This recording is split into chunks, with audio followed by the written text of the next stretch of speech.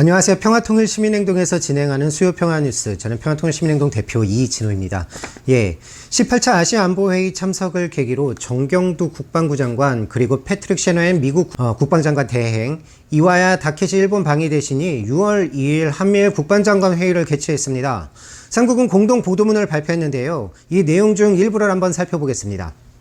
3국 장관은 북한의 불법 해상 환적을 억제, 방지 및 근절시키기 위한 지속적인 국제협력을 포함하여 유엔 안보리 결의를 철저히 이행한다는 국제사회의 공약이 중요하다는 점을 강조한다라는 내용과요.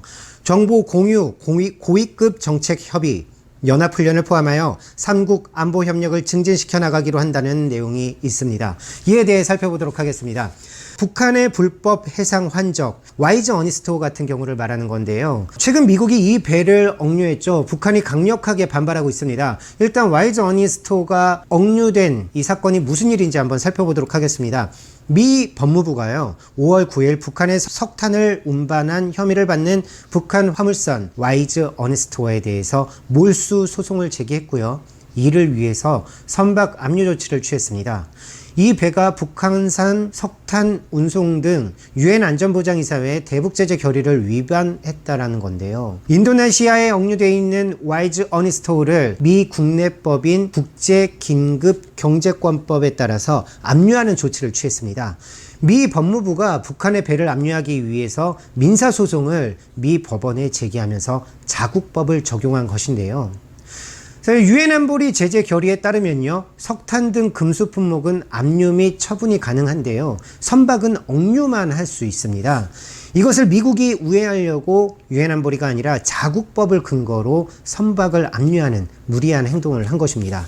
선박은 그 나라의 영토에 해당합니다. 영토를 압류한 것과 같은 것인데 주권국가는 그 어떤 경우에도 다른 나라 사법권의 대상이 될 수 없겠죠. 김성 북한 유엔 대사는요, 5월 21일 기자회견을 통해서 입장을 밝혔는데요. 미국은 불법적이고 무도한 행위를 저질렀다. 와이즈 어니스토어는 공화국의 자산이자 우리의 완전한 주권이 행사되는 영역이라고 했습니다.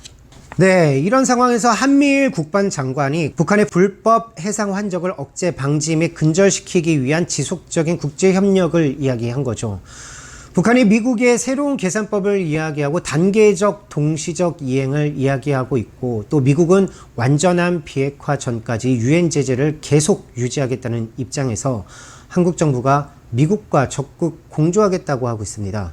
더욱이 인도네시아에 있던 북한의 배를 자국법에 근거해서 압류 절차를 밟고 있는 미국의 행동, 유엔 제재에 비춰봐도 맞지 않는 행동이겠죠. 한미일 국방장관 회담에서 두 번째 검토할 내용은요, 3국 안보 협력을 이야기하고 정보 공유 및 연합훈련을 지속해 나가겠다고 한 것인데요. 지난 5월 22일이었죠. 에이브럼스 주한미군 사령관이 한 심포지엄에서 이런 얘기를 합니다. 올해에만 한미연합훈련이 100회 이상 열렸다, 이렇게 얘기했습니다.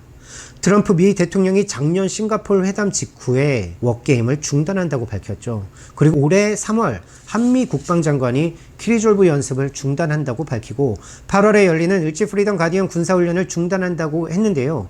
이름만 바꿔서 연합군사훈련을 하고 있습니다. 한미연합군사훈련은 대북 적대적 성격의 훈련이죠. 지금의 한반도 평화협상 국면에 찬물을 끼얹고 있습니다. 이 연합군사훈련을 지속해서 하겠다고 한국도 합의를 한 것입니다. 한국 정부 앞에서는 대화를 하겠다고 이야기하지만 실제로는 대북 압박에 있어 긴밀한 한미 공조를 하고 있습니다. 이래갖고 한반도 평화 국면을 주도적으로 만들 수 없겠죠. 한미일 국방장관 회담 결과를 분석한 수요평화뉴스, 오늘 여기까지입니다. 감사합니다.